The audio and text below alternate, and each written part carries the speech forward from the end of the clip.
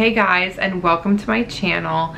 In this video, I'm going to be sharing with you different things that I have seen that cause people to not pass the police academy. So while I was in the academy myself, I saw several people who did not make it through. In fact, in both of my academy classes, as I'll discuss with you later on, for one of these reasons, I was recycled during our academy process. But in both of my academy classes, I saw people who did not pass for these specific reasons.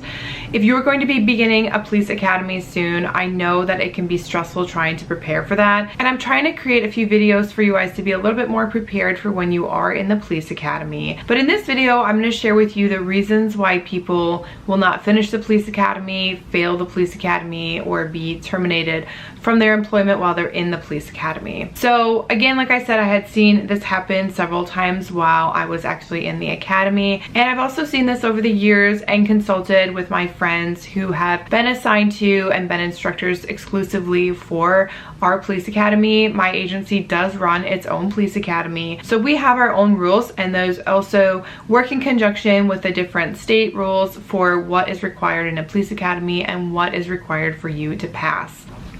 The first thing I want to talk about is injuries. So throughout the academy process, there are going to be people who do get injured.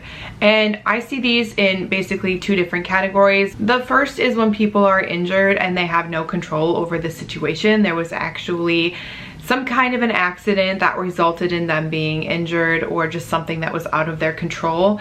You don't only have your physical training or your PT during the academy, you're going to be doing defensive tactics training, and you're also going to be involved in real scenarios, not actually happening in real life or out there on the street, but scenarios set up to actually be physical, to actually require use of force, different things like that. So in those academy exercises, there's still definitely a potential to be injured, just like there is if you were an officer on the street. So I have seen people who have become injured in those situations. I had a classmate who had his nose broken while doing a defensive tactics example, basically with an instructor, which was unexpected, but it's something that happens. Many injuries that occur in the police academy can be serious. So you could break a bone, you could really injure yourself, like doing something like tearing your ACL or spraining an ankle, things that are going to take you out for months to maybe even years and make you unable to perform the job function of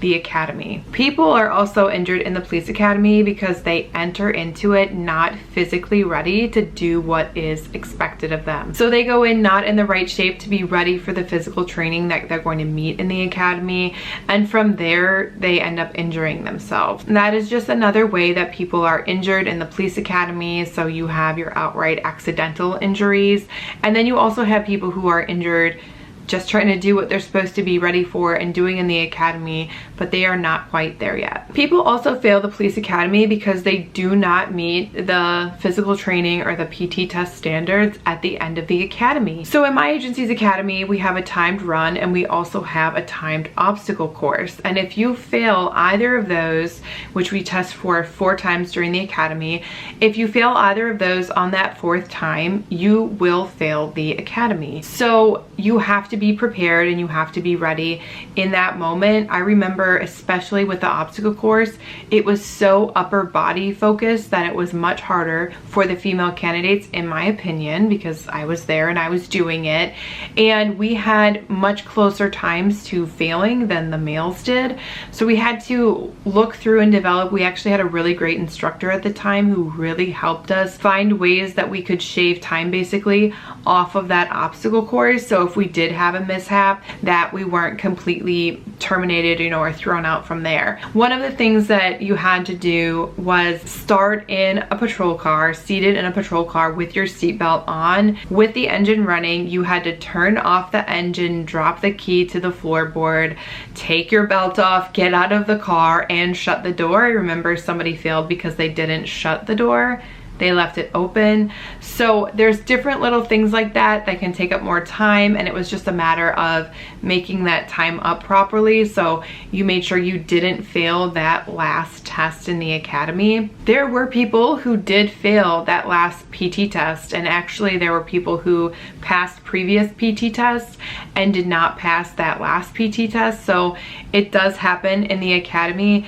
And there are also people who come into the academy and they are not physically ready for what they'll be doing. I'm going to mention some other things in this video as well, but another thing to note is that many academies operate on a point system. So if you accumulate too many points during your academy journey, then they will terminate you for that. So as we talk about and discuss these different things, there are some things that count for points. The PT tests count for points, the written tests count for points, different exercises, passing things count for points.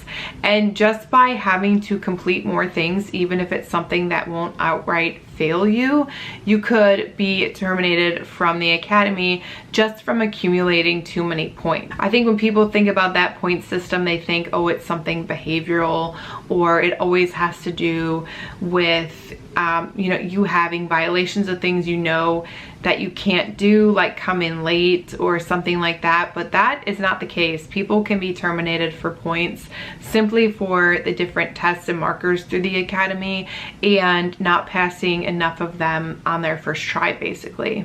As far as your physical training and PT tests, getting ready to get into the academy, I cannot stress enough for you to be in the shape that they want you to be in when you start the academy. Showing up to the academy and expecting their staff to get you in proper shape for the academy is just not the way to go. You want to be ready to start that academy physically, mentally, and in any other way. People will also fail the police academy because they fail firearms. Most states will operate where you have to pass a specific firearms course that's laid out and regulated by the state and the agency that you work for.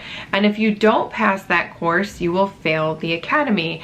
Now, in our academy process, there was an opportunity available to be recycled into the next class, and I'm not sure what the stipulation was to have to begin from the beginning with firearms, but for some reason, if anyone failed firearms, they had to begin the entire academy over from day one, which was awful because at the time, firearms was offered at the end of the academy. So you would have to basically redo the entire academy just to redo firearms. But that is definitely somewhere where people fail. There are standards that are set not only by agencies but also by your state, and you have to meet those standards. Another area where people fail the academy is in their test taking. If they fail too many exams, they just cannot continue in the academy process. Again, each state has its own rules for this, but just make sure, especially when it comes to exams, that you're paying attention in class, and if you need to take additional notes and you need to be studying those away from class, make sure that you're doing that. I know when we had a little bit more difficult material, I didn't find any of the material all that difficult, but when it was something a little bit more complicated like criminal procedure, I remember studying those and reviewing those at night before going to bed. So that's another option you have, to take some more detailed notes and study those later and make sure that you are retaining that information that they're going to test you on. Another way to not pass the academy is to fail EVOC, or the driving training for the academy. This is very personal to me because I did not pass the skid pad portion of our EVOC training my first time, and I was recycled into my next class. I did not find that there was any way to really try to prepare yourself for the EVOC training.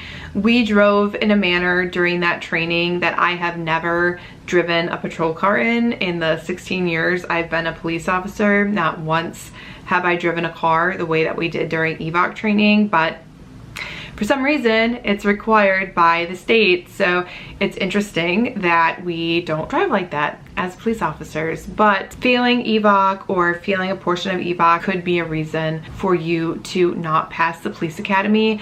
I was lucky. I was able to be recycled into the next class that was in the academy, and they weren't that far behind us. And I went back through evac and did fine with it, so it wasn't a big deal in the end. But again, I just like to point out one more time, never have I driven like that, ever. 16 years, just saying. Another thing that will get you terminated from the academy is if you try in any way to cheat. One thing that can surely get you terminated as a police officer is in any way being dishonest or lying. Especially if you are caught, you pretty much are guaranteed to be terminated. And even if you're not caught and other people know about your lying, you will have a reputation and people will discuss with others around your agency that you are a liar. So you become much less respected and credible, even if you think very highly of yourself. So those are things to consider. Even when things are bad, make sure that you tell the truth. And that kind of ties into the last thing that I'm going to talk about, and that is your conduct while you are in the police academy.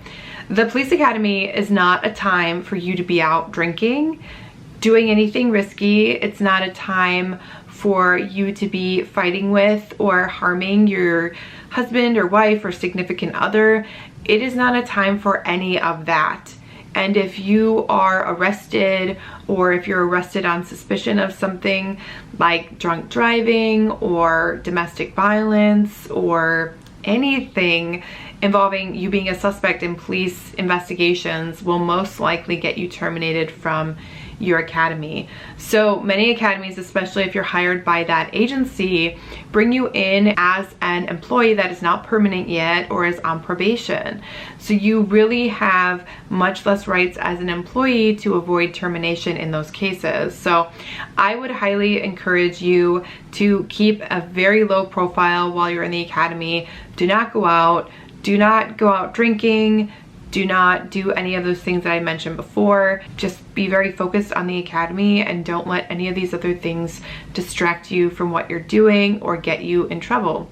Thank you guys so much for watching. If you can think of anything else that could make you be removed from an academy class or be terminated from the police academy, put that down below in the comments as well. I really do love and appreciate you guys, and I am so glad that you are here. As always, y'all stay safe out there, and I will see you in my next video. Bye. You will not experience these some other things along